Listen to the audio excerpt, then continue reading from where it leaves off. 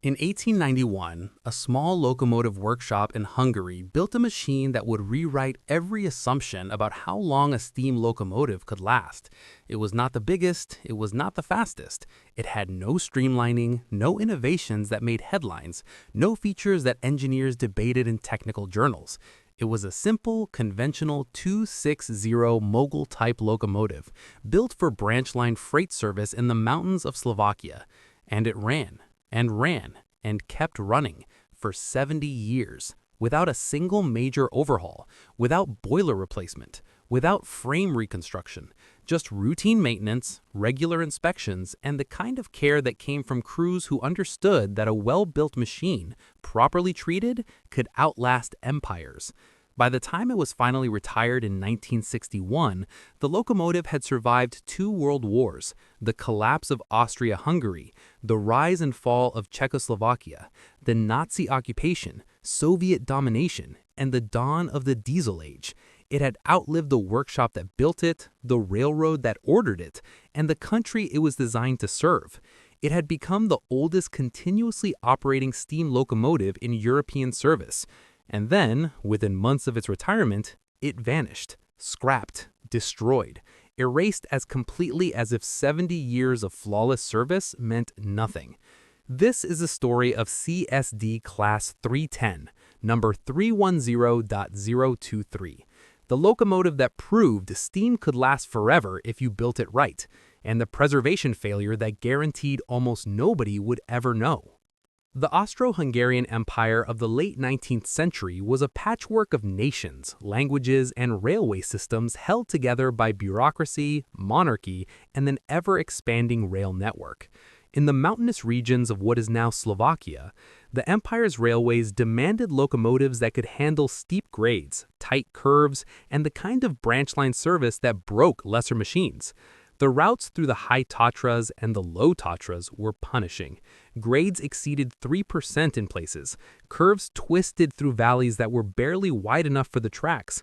Coal and timber trains, heavy and slow, ground their way up and down these routes year-round, testing every locomotive assigned to the service.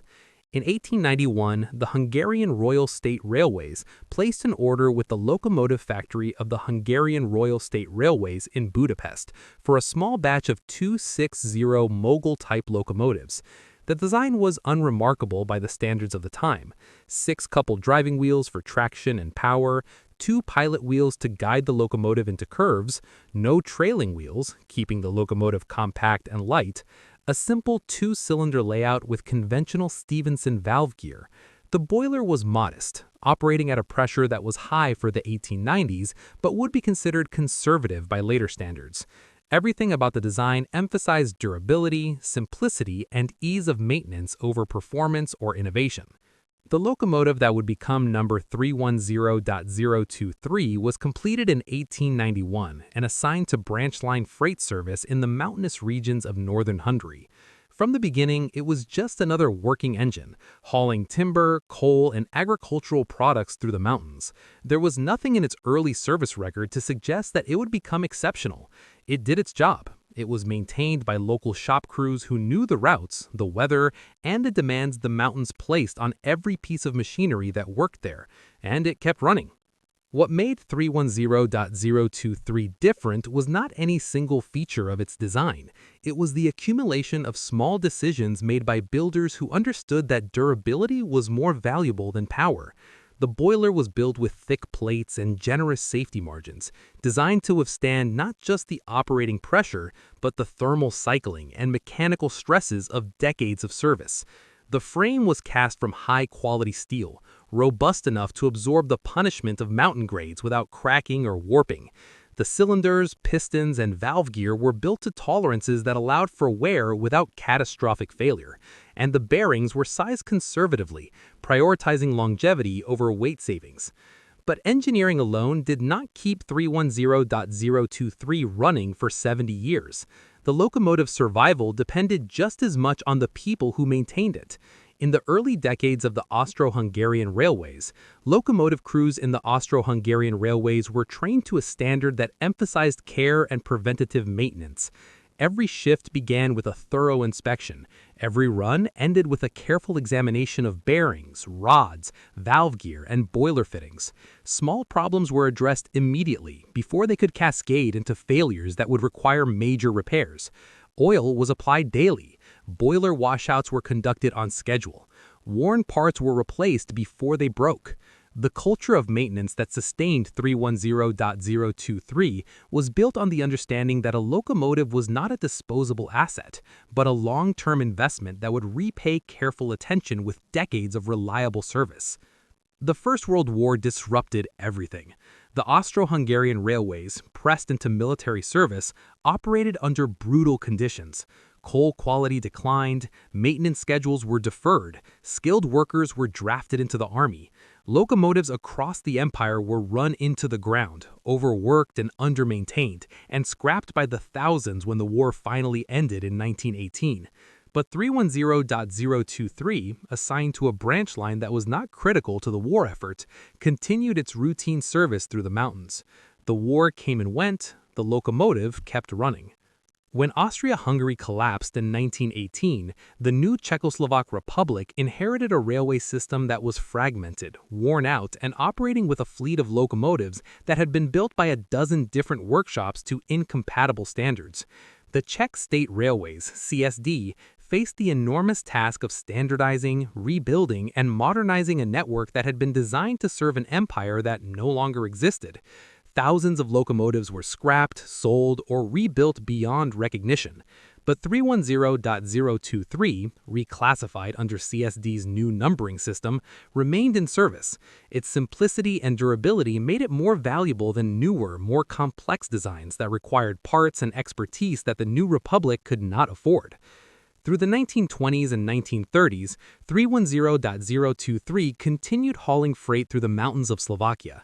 By now, it was no longer a new locomotive. It was a veteran, older than most of the men who operated it. But it ran. Maintenance crews who inspected it were often surprised by its condition. The boiler, after 30 decades of service, showed remarkably little wear. The frame was solid. The cylinders, pistons, and valve gear, properly maintained, functioned as smoothly as they had in 1891. The locomotive had become a fixture on the branch lines, reliable, predictable, and taken for granted. The Second World War brought devastation to Czechoslovakia. The Nazi occupation, the wartime economy, and the eventual Soviet liberation left the country's railways shattered. Bridges were destroyed, tracks were torn up, locomotives were commandeered, bombed, or scrapped for metal to feed the war machine. The CSD emerged from the war with a fleet that was in ruins, but 310.023, once again assigned to routes that were not strategically critical, survived. By 1945, it had been in continuous service for 54 years.